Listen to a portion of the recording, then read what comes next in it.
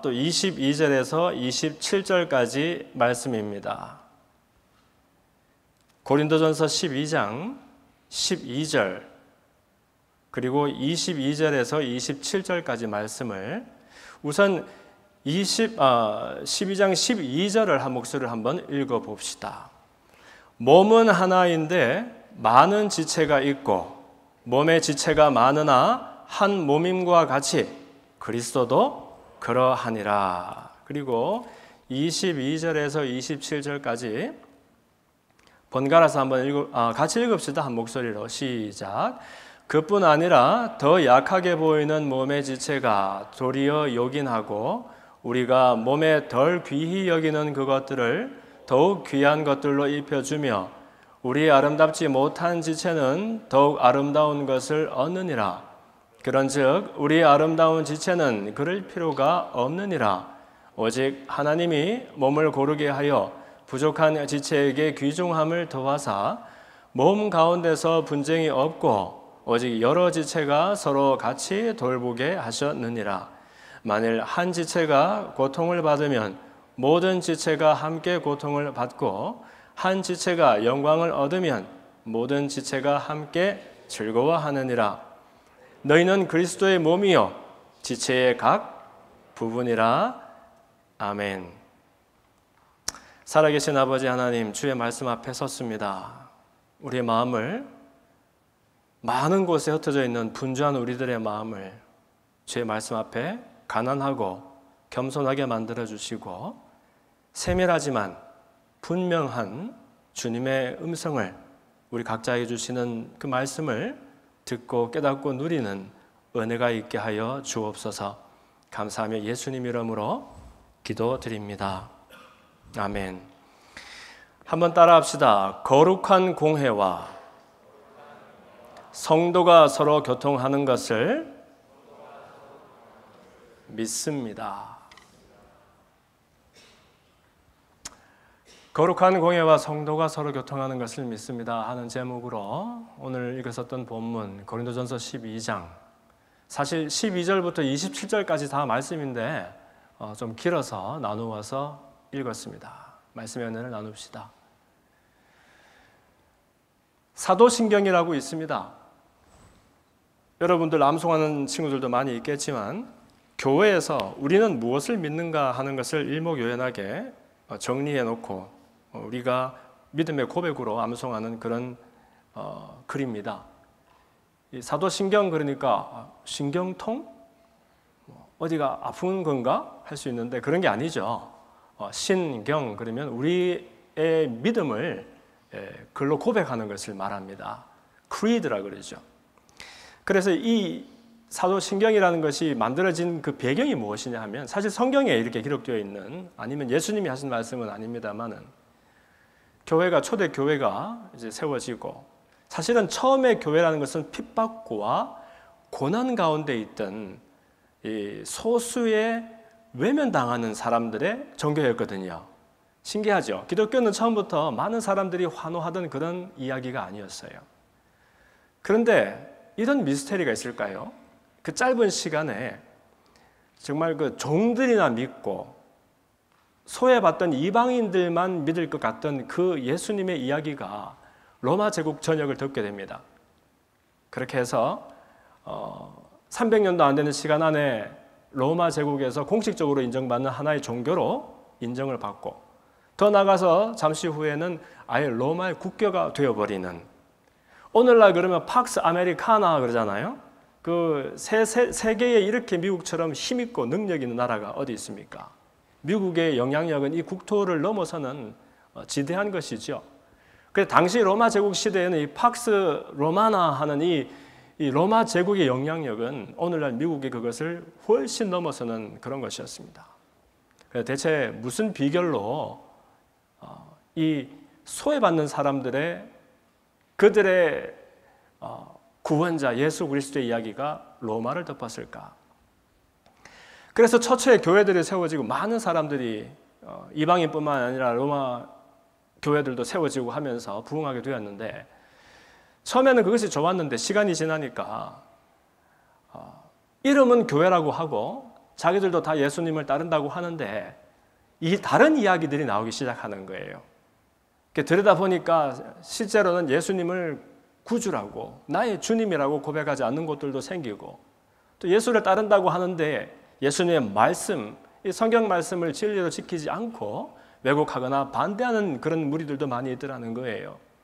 그래서 무엇이 진짜 교회냐, 누가 진짜 교회냐 하는 것을 우리가 살피기 위해서 우리가 믿는 바들을 한번 정리해 놓고서 이것을 고백하자 해서 사도신경이 나오게 되었지요. 그것도 이렇게 시간이 지나면서 그 내용들이 조금씩 수정이 됩니다. 왜냐하면 이것이 빠졌구나, 아니면 이것이 잘못되었구나 해서 오늘날 우리가 이렇게 알고 암송하는 사도신경이라는 것은 한 750년경쯤에 이렇게 자리를 잡는 그런 걸 볼 수 있어요. 그 중에서 특히 오늘 그 사도신경을 강요하려는 것이 아니라 그 중에서 보면 어느 부분인가 거룩한 공회와 또 성도가 서로 교통하는 것을 믿는다라는 부분이 있습니다. 거룩한 공회도 믿고 성도가 서로 교통하는 것도 믿는 것 같지만 사실 이 두 가지는 연결된 말이거든요. 이 이야기 속에서 대체 우리가 불러내어진 그리고 보내어졌다라고 말하는 교회는 어떤 것이며, 이 속에서 우리는 어떠한 사람들로 서로 만나서 사귐과 교제를 하는 것인지 한번 그 의미를 살펴볼까 합니다. 우선 첫 번째, 거룩한 공회를 믿는다라고 해요. 따라합시다. 거룩한 공회. 거룩한 공회. 아주 처음에는 거룩한 교회였어요. Holy Church. 그런데 이것이 시간이 지나면서 Holy Catholic Church라는 그런 말을 쓰게 됩니다. 와, 가톨릭 교회를 말하나 보다 이렇게 할 수 있는데 그것이 아니고 이 캐톨릭이라는 단어는 그 보편적이다, 우주적이다, 일반적이다 하는 의미를 담고 있는 그 카톨리캄이라는 그 라틴 말에서 유래된 그런 단어예요. 그래서 정말 진리의 중요한 부분을 믿고 고백하는 사람들의 교회들을 캐톨릭 교회라 그러고 나머지는 진짜 아니야 라고 이제 구별하기 시작하는 거죠. 그러다 보니까 그 무리가 자동으로 가톨릭 교회가 되어버리고 그 뒤에 이제 종교 개혁이 있고 이제 개신 교회들이 나오게 되니까 마치 그 교회가 사도신경에서 말하는 캐톨릭 철치처럼 이렇게 보여지게 되는 것이죠. 어쨌든 이때 말하는 공회 혹은 공교회는 무엇을 의미하는 것일까요? 다름 아니라 우주적이고 보편적이라는 것이라고 제가 말씀드렸죠. 그 까닭은 한 곳에 그리고 또 다른 곳에 흩어져서 이렇게 모여있는 그 교회들 하나하나를 교회라고 말하는 것이 아니라 그 교회들이 알고 보니까 다 보이지 않은 뭔가 중요한 것으로 연결이 되어 있더라는 거예요.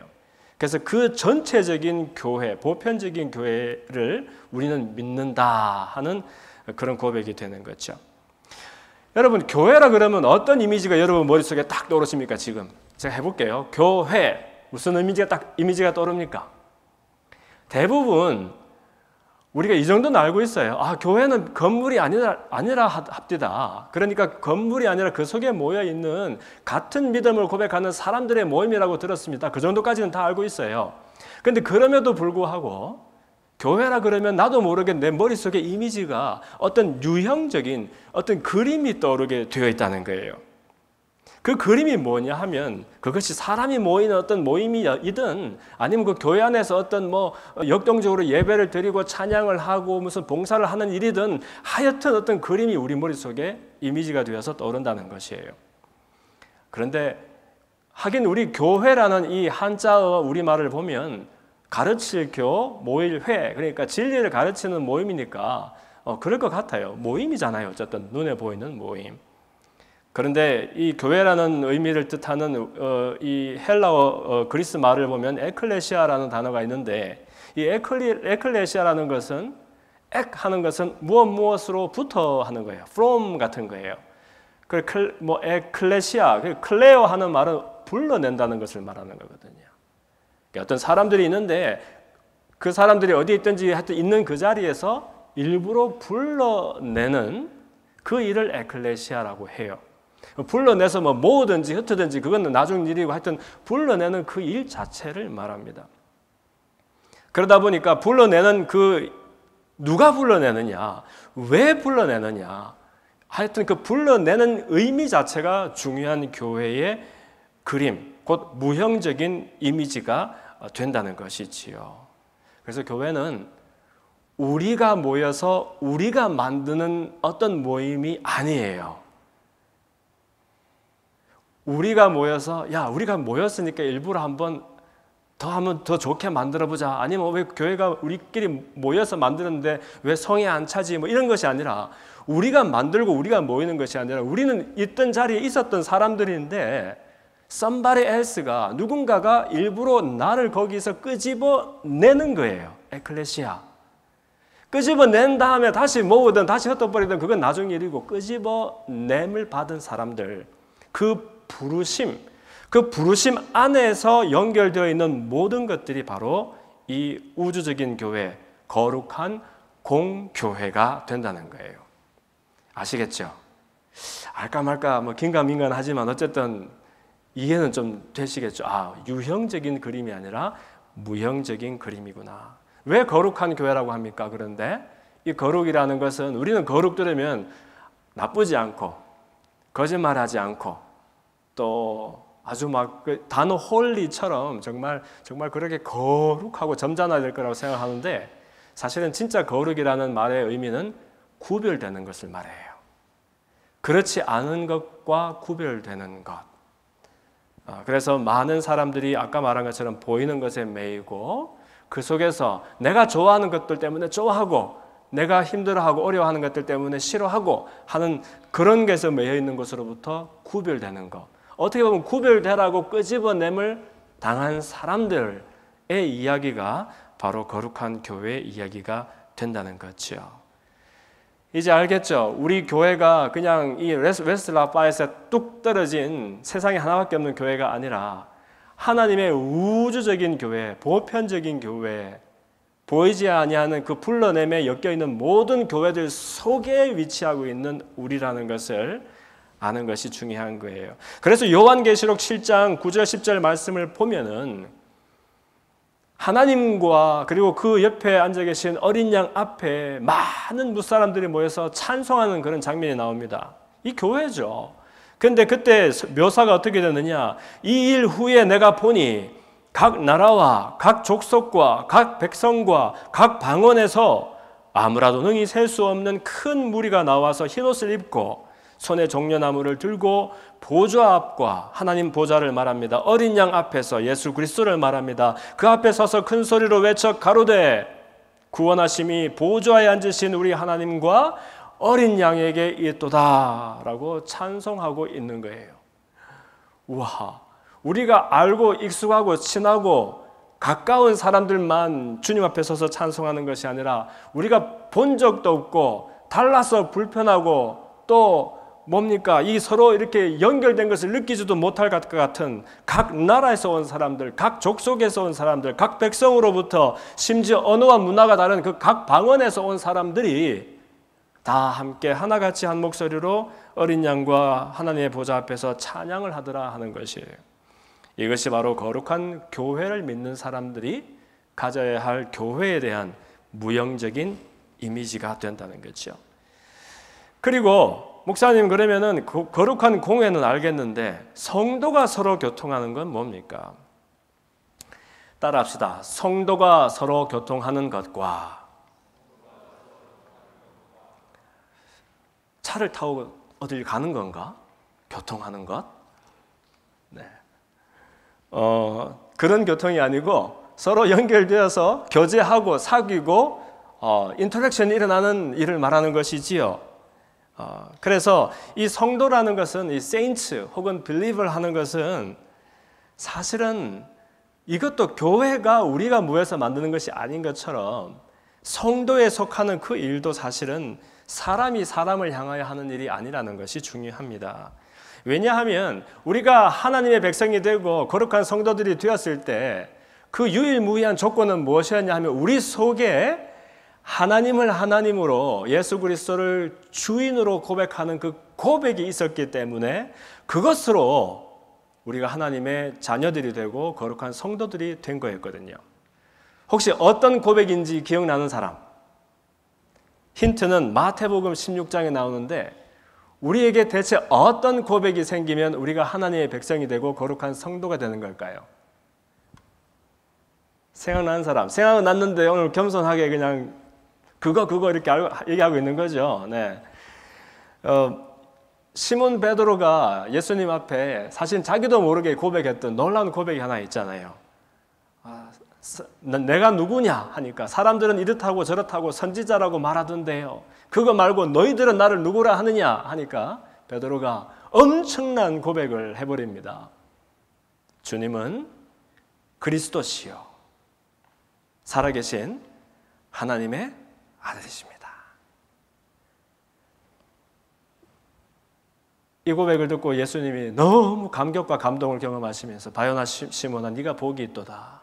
이것을 알게 한 것은 사실은 너의 혈육이 아니라 하늘에 계신 내 아버지시다 라고 말씀하시면서 네가 지금 한 이 고백 위에다가 나의 교회를 내가 세우겠다. 심지어 음부의 권세도 이것을 이기지 못한다 라고 말씀해 주신 거 있죠.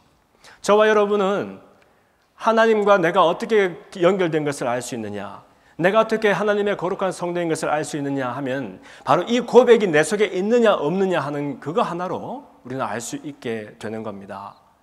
예수님이 그냥 그걸 뭐라 그러죠? 멀고 먼 어떤 그 하늘나라에 계시는 어떤 위대한 분으로 막연하게 느껴지고 하나님이 좋은 분인 줄 알지만 나는 그냥 그와 상관없이 이 땅에서 고개를 숙이고 그냥 땅을 쳐다보면서 그냥 열심히 그냥 고단하게 살아야 되는 그런 사람처럼 생각하면 연결이 되어 있지 않잖아요.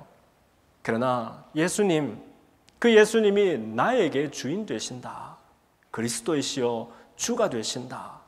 그리고 그분은 하나님이 나를 사랑하사 그분 본체의 원래 모양을 벗어던지고 사람의 몸을 입고 아들의 자격으로 이 땅에 오신 하나님의 아들이시다 하는 것이 믿어지는 사람이라면 공부를 잘하든 못하든 돈이 많든 없든 권세가 있든 없든 마음이 착하든 행실이 못됐든 아무 상관없이 똑같은 자격과 조건으로 하나님의 자녀가 되는 그런 놀라운 축복을 경험한다는 것이지요. 그래서 이 고백이 바로 우리를 하나님의 사람으로 만들 뿐만 아니라 이 고백 안에서 우리는 서로 연결이 된다는 겁니다. 그런데 이때 주의해야 할 것은 옆에 있는 친구하고 나하고가 바로 연결되는 게 아니에요. 이게 오늘의 포인트입니다. 교회 안에서라도 심지어 아무리 서로 사랑하는 형제와 자매라도 우리는 서로가 서로에게 직접 연결되지 않습니다. 우리가 언제 봤다고 연결됩니까? 그런데 우리의 연결은 어디서 시작되느냐? 나와 하나님과의 연결로 비롯됩니다. 예수 그리스도를 믿는 그 믿음, 주여 그리스도시라고 고백하는 그 믿음 때문에 하나님과 내가 그분 안에서 연결이 되어지는 것이죠. 그래서 하나님은 나의 하나님이요 나는 하나님의 사람이 되는 겁니다. 그랬을 때 놀라운 일이 생깁니다. 여러분 A라는 사람이 있고 B라는 사람이 있어요. 전혀 만나본 적도 없고 사는 곳도 달라요. 그런데 A를 호구조사를 해보니까 아버지 어머니가 누구시래요. B를 물어보니까 B도 아버지 어머니가 누구시고 서로 동일한 거예요. 한 번도 본 적도 없고 서로 떨어져서 그냥 평생 멀리 살았는데 이 두 사람의 관계가 뭡니까? 촌수 계산이 안 됩니까? 본 적도 없는 사람, 알지도 못하는 사람인데 아버지 어머니가 서로 같다는 거예요. 형제요 자매가 되는 것이지요. 세상에 형제하고 자매가 항상 친한 줄 아십니까? 여러분 가까운 줄 아십니까? 원수보다 더 못한 것이 가족일 수도 있습니다. 부모 형제 간에도 한번 수가 틀어지고 바라진 않았지만 무엇이 잘 안 이루어지면은 그렇게 괴롭고 속상한 관계가 될 수가 없어요. 그러나 그거하고 아무 상관이 없이 내가 속한 것과 저 사람이 속한 것이 고백이 같고 그래서 연결된 것이 같고 그 이야기가 같아지면 나와 그 사람이 전혀 상관없는 사람이 더 이상 아닌 것입니다. 오죽하면 형제가 평생 원수로 지내다가 이웃에서 이웃이 그냥 그 말썽꾸리가 내 형을 그냥 뚫게 팼어. 그러니까 막 동생이 코 질질 흘리고 형 맨날 형하고 다투는 그 동생이 뛰어나가지고 그 친구 막 머리 끄덕이를 막 자꾸 흔드는 거예요. 그래서 그 친구가 막 기가 막혀가지고 야! 니네 형제간에 맨날 싸우고 그랬잖아. 왜 나를 괴롭혀? 그러니까 우리는 형제란께? 막 그러면서 그랬다잖아요. 아무리 미워도 우리 형을 네가 감히 나를 건드려? 뭐 이렇게 된다는 것이죠. 그런데 그것도 사실은 거기까지도 이미 사람의 이야기고요. 심지어 그런 것이 없어도, 서로 주고받은 것이 없고 서로 좋게 공유하는 것이 없어도 하나님 안에서 같은 고백으로 맺어지면 그 우주적인 보편적인 교회 속에서 우리는 형제로, 자매로 세상 무엇보다도 소중하게 연결된 사람임을 깨닫게 된다는 것입니다.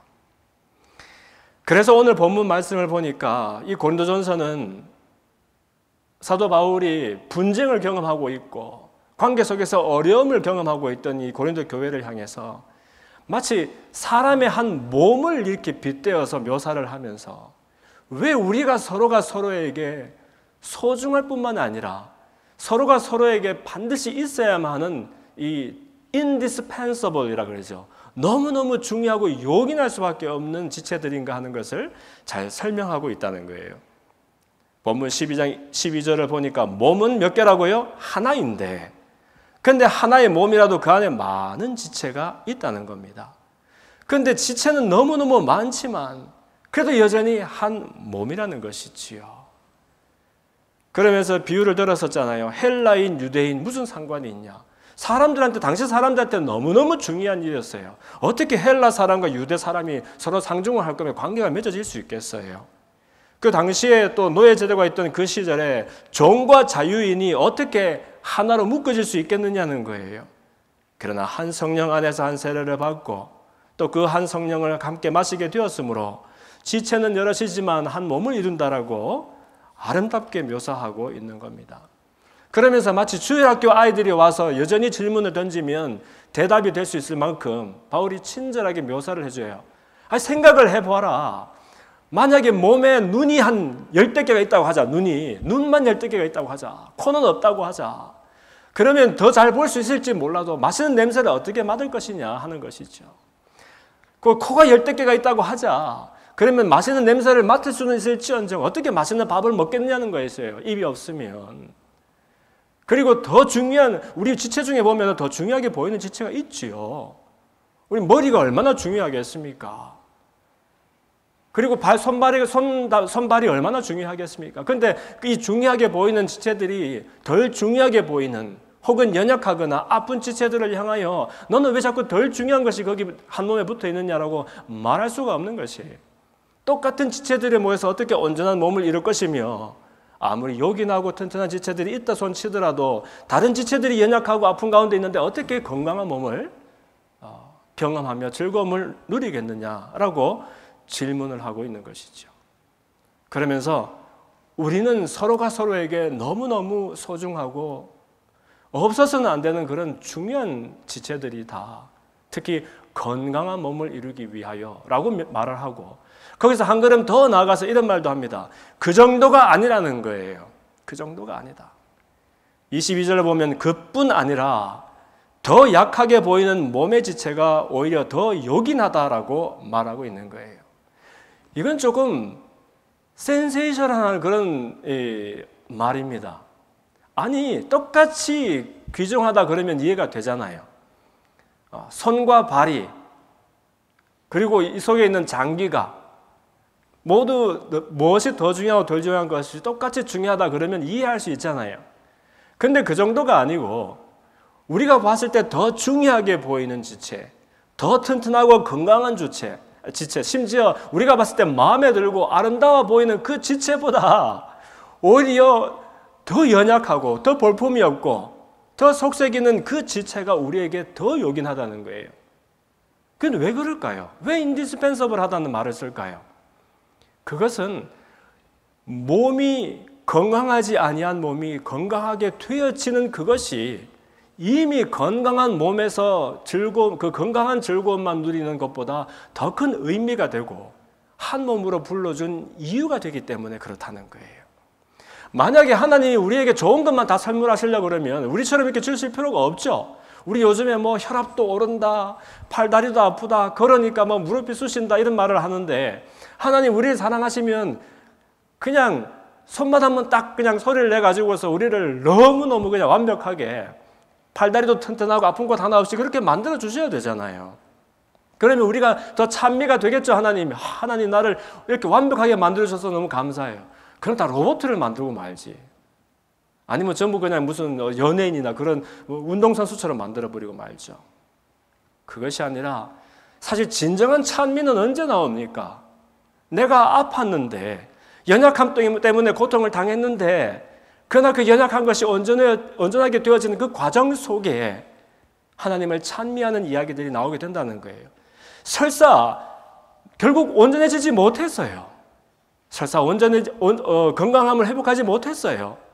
그러나 그럼에도 불구하고 그 아픈 것을 아파하면서 그 아픈 것이 온전해지게 되기 위하여 우리의 마음을 가난하고 겸손하게 만들면서 하나님을 의지하면서 그것이 없었다면 볼 수 없었을 하나님의 솜씨를 바라보게 된다면 그것이 연약함이 가져다주는 진짜 유익이 될 수 있다는 것이지요. 그래서 오늘 고린도전서 12장 말씀을 보면은 왜 우리가 아까 말씀드렸죠. 직접 연결된 사람들은 아니에요. 여러분들이 저를 언제 봤습니까? 물론 이제 본지 제법 되죠. 그렇다고 해가지고 물론 여러분들이 저를 사랑하시는 것이 압니다. 그렇다고 저 때문에 대신적으로 줄 분이 누가 여기 있습니까?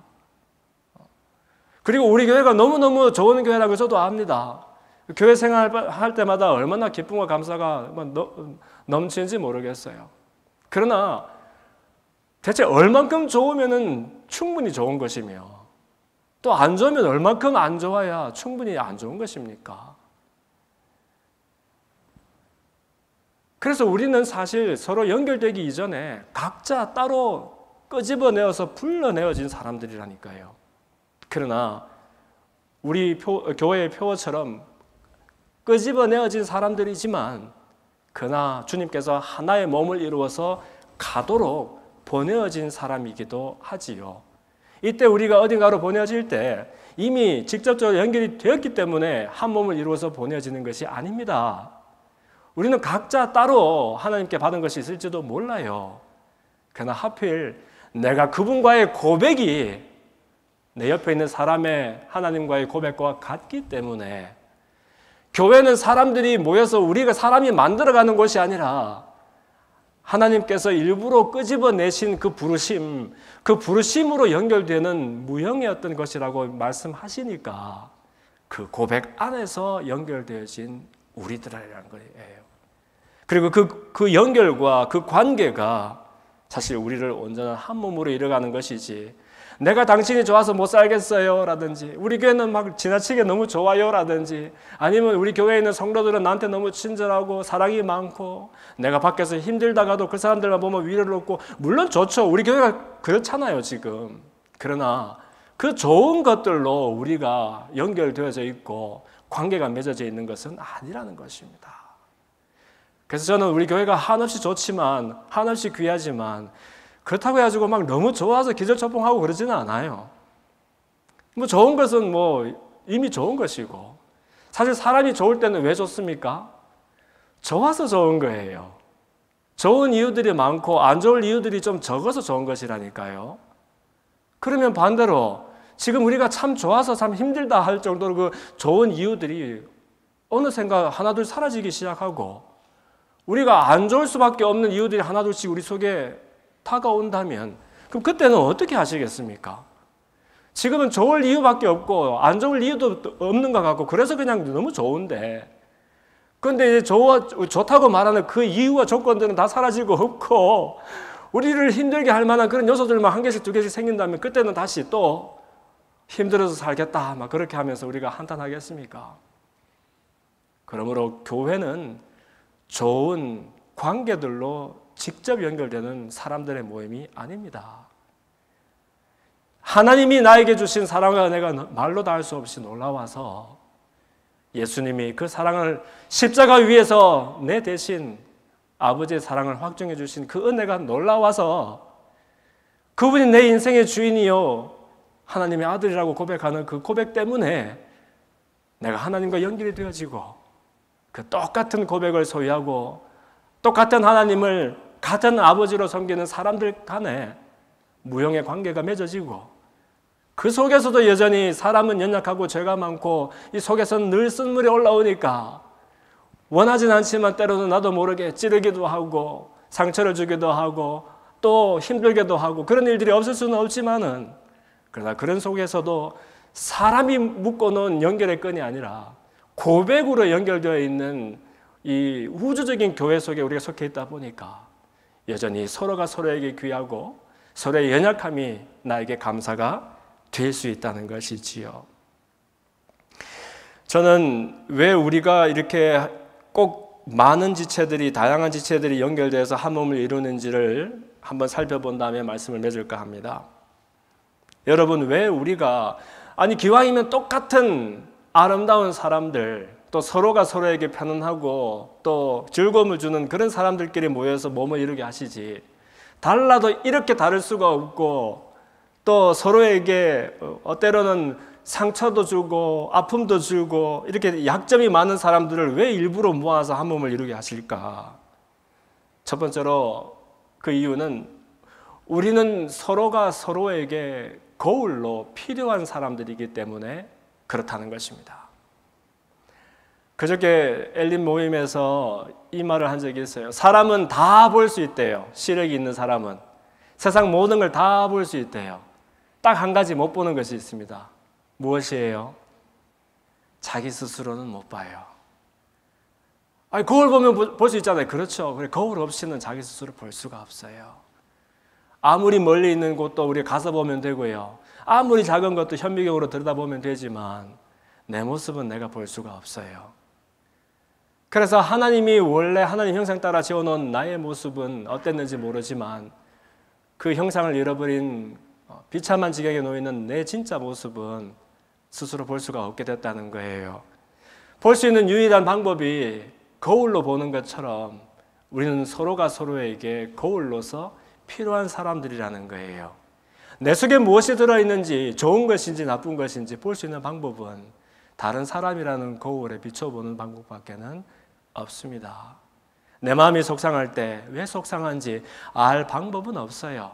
그래서 다른 사람에 비추어서 어떤 사람이 너무너무 못마땅하고 괴롭고 어떤 이상하게 그 사람의 말이 나에게 상처가 되고 또 어떨 때 그 사람이 좋았다가 어떨 때는 그렇지 않다가 하는 이 모든 것들의 이유를 나는 내 속에서 찾아볼 수가 없어서 그 사람과 빗대어서 공명을 일으켜서 사실은 사람이 다른 사람의 마음에다가 손을 댈 수 있는 방법은 세상에 없습니다. 나도 다른 사람의 마음을 만질 수가 없고 다른 사람도 내 마음을 직접적으로 만질 수는 없습니다. 액세스, 펄밋이 없어서 그렇습니다. 근데 이상하게 만질 수 없다고 하는데 어떤 사람이 나를 언어히하고 어떤 사람이 나를 막 힘들게 하죠.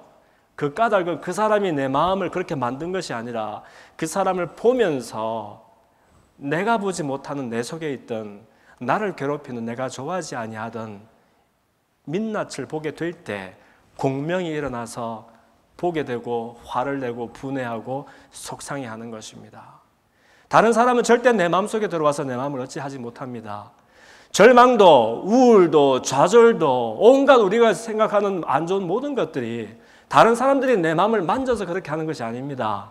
우리가 마음을 열고 그 일을 허락하고 그렇게 되도록 내 마음 속에서 다른 사람을 보면서 공명이 일어나서 그렇게 되는 이유입니다. 그러므로 얼마나 소중합니까? 상대방이라는 거울이 없으면 나는 나를 볼 수가 없는 거예요. 이래서 서로 다른 우리들을 한 몸을 이루게 하셨습니다. 두 번째로 왜 다른 지체들이 한 몸을 이룹니까? 그것은 몸을 이루기 위해서 너나 없이 요긴한 지체이기 때문에 이렇게 다른 모양의 지체들이 만난 겁니다. 아까 말씀드린 것처럼 나 혼자서는 그리스도의 온전한 몸을 이룰 수 없습니다. 다르고 다를 뿐만 아니라 어떤 이는 더 튼튼하고 어떤 이는 더 연약하고 그 오만 가지 이야기들 속에서 서로가 서로를 사랑으로 덧입혀주고 세워주며 오늘 읽었던 본문에 보면 심지어 이미 아름다운 지체는 별로 중요하지도 않대요. 이미 아름다우니까. 그러나 그렇지 못한 지체가 그 아름다움을 따라서 회복해 나가는 그 이야기야말로 몸에서 가장 중요한 이야기라고 말하고 있는 거예요. 혹시 우리 주변에 나의 도움을 필요로 하거나 나의 섬김이 필요한 사람이 있다면 내가 그 사람에게 도움을 주는 좋은 일을 하는 것이 아니라 그 사람이 내가 속해 있는 이 몸을 온전하게 이루어갈 수 있도록 그 일을 위해서 내가 깨닫고 쓰일 수 있도록 이 사람을 통해서 좋은 일들이 나에게 일어나고 있다는 것을 알아야 합니다. 그래서 우리는 오히려 그 덜 온전하지 못한 연약한 지체가 내 인생에 더 요긴하고 내가 그에게 빚이 있고 은혜가 있다라는 사실을 기억해야 한다는 것이죠. 그리고 세 번째로 왜 우리는 다른 지체들이 이렇게 연결돼서 한 몸을 이루어야 합니까? 그것은 내가 그리스도 예수와 맺고 있는 나의 관계를 다시 한번 재점검하기 위해서 꼭 필요한 일이기 때문에 그렇습니다. 아까 말씀드렸죠. 내 옆에 있는 친구와 나는 직접적으로 연결된 사람이 아니라고요. 같은 고백 때문에 연결되어지는 겁니다. 사실 우리끼리 좋아서 만난 사람보다 훨씬 엄숙하고 엄중한 그런 만남과 연결입니다. 어쨌든 혹시 내가 내 옆에 있는 지체와 화목과 평화가 이루어지지 않고 아까 우리가 했던 인사 샬롬이 이루어지지 않는다라면 그것은 그 사람과 풀어야 되는 어떤 문제 이전에 내가 하나님 앞에서 했었던 나의 고백, 주는 그리스도시요 살아계신 하나님의 아들이십니다라고 했던 그 고백이 내 안에 여전히 온전하게 효력을 갖고 있는가 하는 것을 점검하는 기회가 됩니다. 이 자리에 여러분들은 사랑이 많으시겠지만 저는 암만 생각해도 내 안에서 사랑할 수 있는 능력을 찾아볼 수가 없습니다. 우리 힘으로 하나님을 사랑하는 것이 가능할까요? 우리 힘으로 나와 다른 처지에 있는 나하고 모든 것이 좋아서 못 살겠는 그런 사람들이야 그 좋은 것으로 인해서 잠시 사랑하는 것뿐이지 내가 모든 사람들을 무조건적으로 사랑할 수 있는 힘은 우리 속에 없다는 거예요. 그렇다면 그 일이 가능하게 하는 것은 그래서 목사님 그럼 교회를 맨날 사랑만 해야 되고 교회에서 말하는 사랑이라는 것은 나를 그냥 못 살게 하는 사람, 힘들게 하는 사람 그거는 상관없는데 내 마음에 도저히 들지 않는 저 사람을 내가 일부러 용을 써서 힘을 내어서 노력해서 사랑해야 되는 그런 곳이 교회입니까? 라고 물으신다면 저는 아니라고 말씀드리고 싶어요. 교회를 이상한 대로 만들지 말아주세요. 그럼 그게 교회입니까? 그 골치 아파서 어떻게 다니겠습니까? 차라리 동호회를 다니지. 여러분 동호회 압니까? 한국에 동호회가 지금 엄청 많대요. 그냥 일주일 내내 그냥 수고한 사람들이 주말에 그냥 산으로 가는 동호회도 있고 자전거를 타는 동호회도 있고 책 보는 동호회도 있고 시 쓰는 동호회도 있고 얼마나 많은지 몰라요. 그런데 거기에 사람들이 엄청난 힐링을 경험한다는 거예요. 내가 이 동호회를 안 만났으면 어떻게 할까? 세상에 가보니까 정말 너무너무 좋은 사람들이 다 거기 모여 있다는 거예요. 그 사람들이 나를 얼마나 위해주고 이해해주고 내 남편도 이해 안 해주고 내 아내도 이해 못 해주는 나를 그 사람들은 막 경청하고 자기 일들처럼 아파하며 속상해하면서 막 발벗고 나서서 도와준다는 거예요. 그러니까 여러분 얼마나 좋겠어요. 그런 면에 있어서는 교회는 동호회보다 훨씬 곤란한 자리입니다. 사실은 이 동호회가 아닌 거예요. 그래서 동호회가 왜 좋은지 압니까? 동호회는 어떤 어그리먼을 가지고 만나는 사람들이에요. 우리 요거 좋아하는 사람들끼리니까 요거를 합시다. 그러니까 좋은 것을 같이 하기 위해서 만난 사람들이니까 얼마나 서로 좋은 것만 주고받겠어요. 그리고 스트레스 생기기 전에 딱 헤어지면 되는 거예요. 자기 집으로 각자 가면 되는 거니까. 그래서 거기서 엄청난 힐링이 일어난다는 거예요. 우리도 동호회 할까요? 그런데 교회라는 것은 아까 말했잖아요. 우리끼리 서로 좋은 것을 주고받기 위해서 만난 인위적인 만남이 아니라고요. 우리가 우리 스스로를 불러냈습니까? 하나님이 우리를 일부러 끄집어내신 분이시지 않습니까? 그러니 우리는 그 관계 속에 묶여버린 사람들이라는 것이지요. 그런데 이 관계 속에서 우리는 끊임없이 점검된다는 거예요. 얼마나 큰 유익인지 모릅니다. 내가 하나님을 사랑하는지를 어떻게 알 수 있습니까? 내 옆에 있는 지체와 나의 관계를 통해서 알 수 있습니다. 내가 예수 그리스도가 나의 주님이시고 그분이 내 인생의 주인이시라는 것을 어떻게 알 수 있습니까? 내가 사람을 만나고 사건을 만나서 내 마음이 어떻게 작동하는가를 보고서 알 수 있다라는 것이지요. 그러므로 여러분 이러한 유익들을 위해서 일부러 하나님은 한 몸을 이루도록 우리를 불러주셨다는 겁니다. 그래서 신앙의 비결은 항상 패시브한 겁니다. 수동태입니다. 안 되는 것 때문에 너무 괴로워하고 절망하지 마십시오. 교회는 안 되는 것을 억지로 한번 해보려고 용쓰고 애쓰는 것이 아닙니다. 사랑이 안 되는 사람이 애쓰고 노력해서 사랑하다가 쓰러져 죽으면 어떡합니까? 그런 것이 아니고 같이 이 속에서 그러나 우선순위를 먼저 챙기는 것, 하나님과 나의 관계를 분명히 하면서 내가 하나님 안에, 하나님이 내 안에, 그리스도가 주이신 그 고백이 나를 붙들고 있는 그런 삶을 살게 되는 것이 가장 중요한 공간이라는 것입니다. 그래서 주님께서도 이거 해라 저거 해라 복잡하게 말씀 안 하셨어요. 내 안에 거해라, 나도 너희 안에 거하리라. 가지가 포도나무에 붙어있지 아니하면 저절로 과실을 맺을 수 없음 같이 너희도 내 안에 있지 아니하면 그러할 것이다. 나는 포도나무고 너희들은 가지다. 저가 내 안에, 내가 저 안에 있으면 이 사람은 과실을 많이 맺나니 나를 떠나서는 너희가 아무것도 할 수 없음이라고 말씀하세요. 그러면서